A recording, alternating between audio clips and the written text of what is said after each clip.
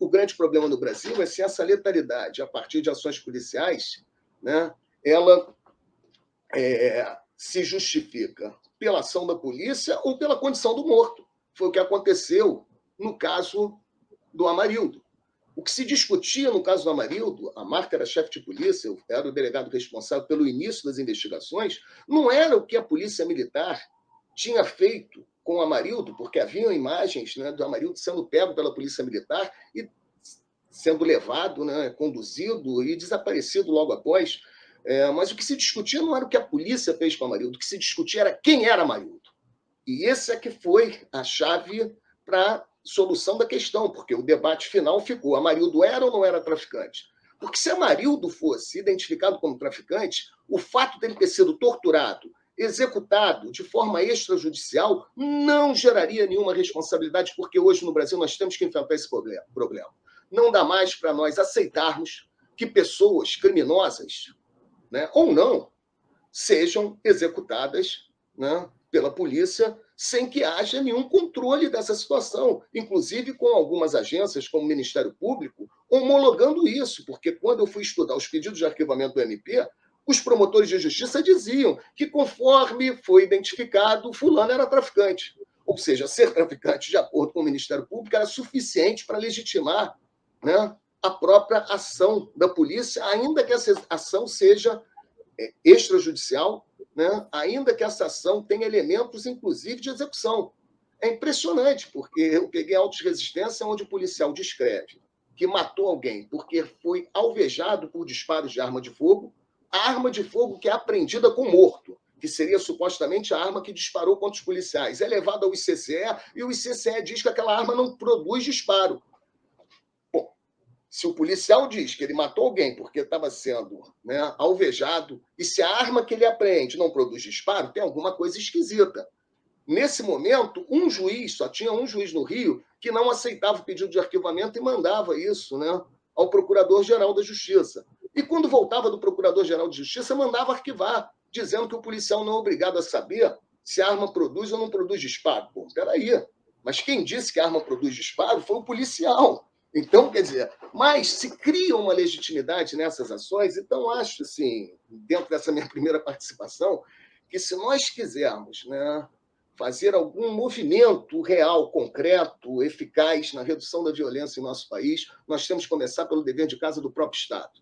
Não podemos mais aceitar que o nosso Estado seja um Estado assassino, na forma como um criminólogo chamado Nils Christian se referiu ao Estado da Rússia.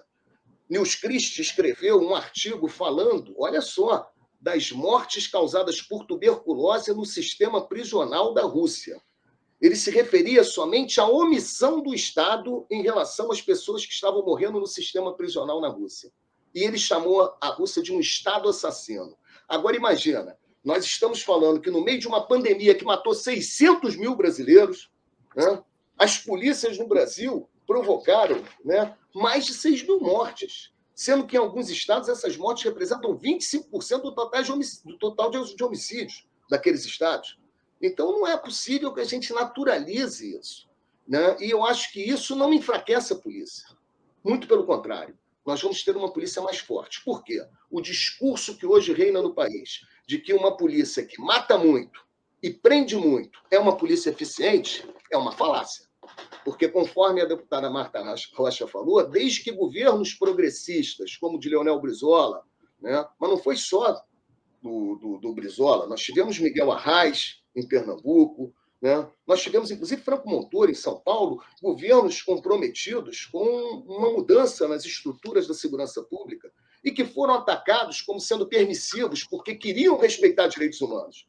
E a nossa derrota se deu nesse momento, em que se construiu a ideia de que uma política de segurança pública que respeite direitos humanos é uma política de segurança que protege bandidos. E vou falar uma coisa para vocês, isso não foi construído só à direita, não. Isso foi construído também à esquerda, através de uma esquerda que estava preocupada naquele momento com a questão eleitoral, né, e que criticou principalmente o governo Brizola na área de segurança porque se buscava resultados. E aí se cria políticas militarizadas de segurança voltadas para o grande encarceramento e para a grande letalidade. E qual é o resultado disso? Os índices criminais aumentaram.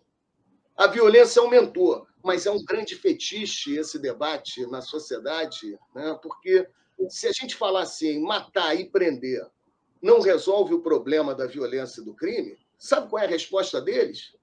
É que não matamos nem prendemos o suficiente. Então, eles têm um discurso que é o cachorro correndo atrás do próprio rabo, né? Onde o tempo inteiro eles vão colocar que se a coisa ainda não foi resolvida é porque ainda não teve, né, uma quantidade de mortes, né, de execuções e uma quantidade de encarceramento, e com isso a gente vai fazendo, né, essa grande tragédia, né, que acontece em nosso país, né, desse hiperencarceramento que, conforme a delegada Marta Rocha colocou, e o Ciro também, ele é completamente voltado para um setor da sociedade, é para a nossa juventude pobre, negra, periférica, né, que está sendo encarcerada e morta, né, por um Estado que deveria, se a gente for nos contratualistas, Thomas Hobbes, por exemplo, para Thomas Hobbes o Estado só existe para proteger vidas. Então, dentro da ideia de para que serve um Estado, se a gente for nos clássicos do contratualismo, o Estado serve para nos livrar da morte violenta.